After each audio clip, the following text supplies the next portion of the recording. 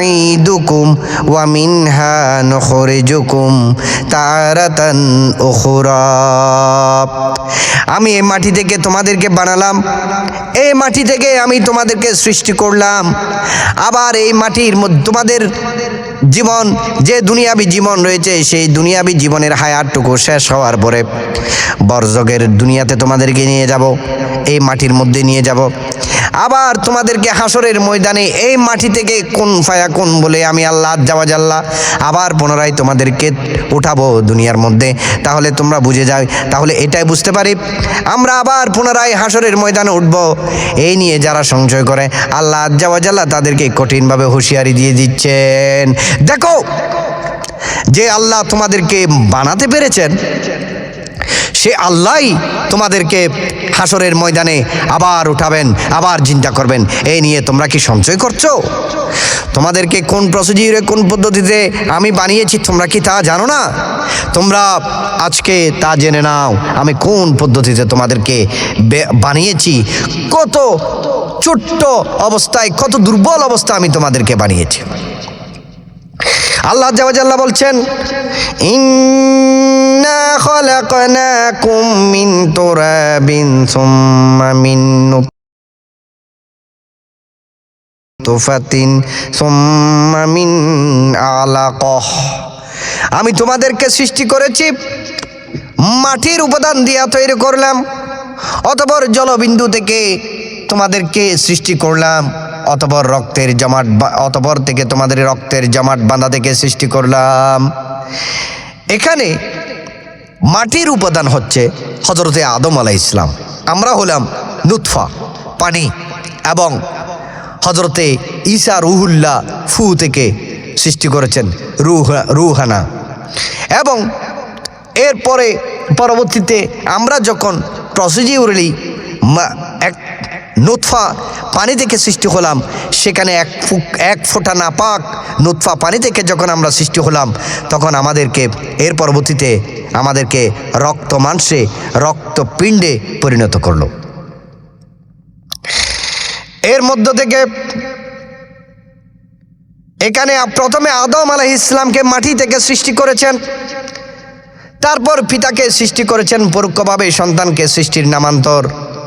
এর ব্যাখ্যা এভাবে হয়, প্রত্যেক মানুষের জন্ম হচ্ছে বীর্য থেকে, কিন্তু সকল মানুষের ক্ষেত্রে বীর্য থেকে হলেও হযরত আদম আলাইহিস সালামের সৃষ্টি কিন্তু বীর্য থেকে নয়।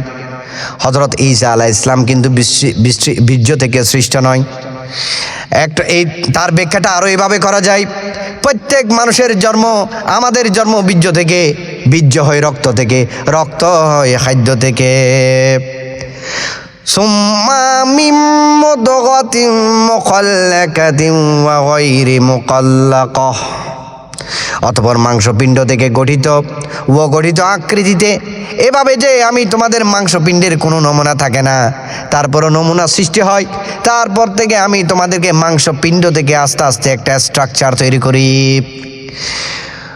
গায়রু মুকাল্লাকাতি ওয়া মুকাল্লাকাহ, এর অর্থ হচ্ছে পতন গঠিত কোনো গর্ভ বোঝানো উদ্দেশ্য নয়, কারণ তা থেকে কেউ সৃষ্টি হতে পারে না, বরং সুন্দর গর্ভ থেকে আল্লাহ আজ্জা ওয়া জাল্লা মানুষদেরকে সৃষ্টি করেছেন।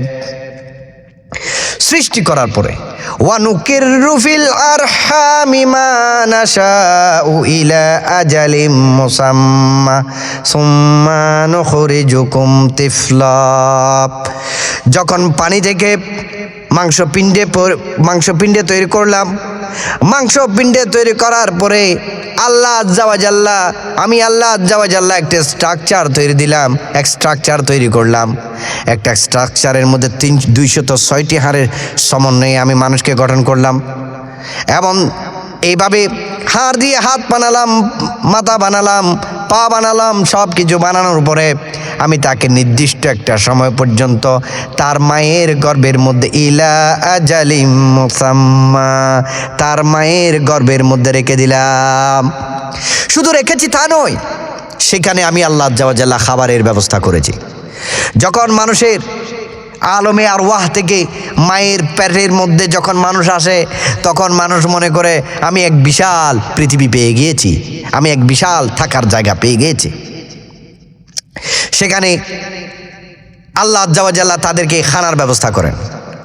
খানার আল্লাহর কুদরত হচ্ছে এমন, প্রত্যেকটা মাকে তার উদরের মধ্যে, তার বক্ষের মধ্যে তার একটা ছেলের সন্তানের ডাকের কারণে তার কাছে একটা সঞ্চার অনুভূত করে দেন, এবং সেখানে এক মায়ের দুগ্ধ থেকে একটা খাবারের ব্যবস্থা আল্লাহ সুবহানাহু ওয়া তাআলা করে দেন। আল্লাহ আজ্জা ওয়া জাল্লা কিভাবে করে দেন? আল্লাহ আজ্জা ওয়া জাল্লা বলছেন, তোমাদেরকে এমন একটা, তোমরা যখন মায়ের গর্ভের মধ্যে থাকো, তোমাদের মায়ের গর্ভে মাসে মাসে যে মায়েরা যেই পিরিয়ড হয়,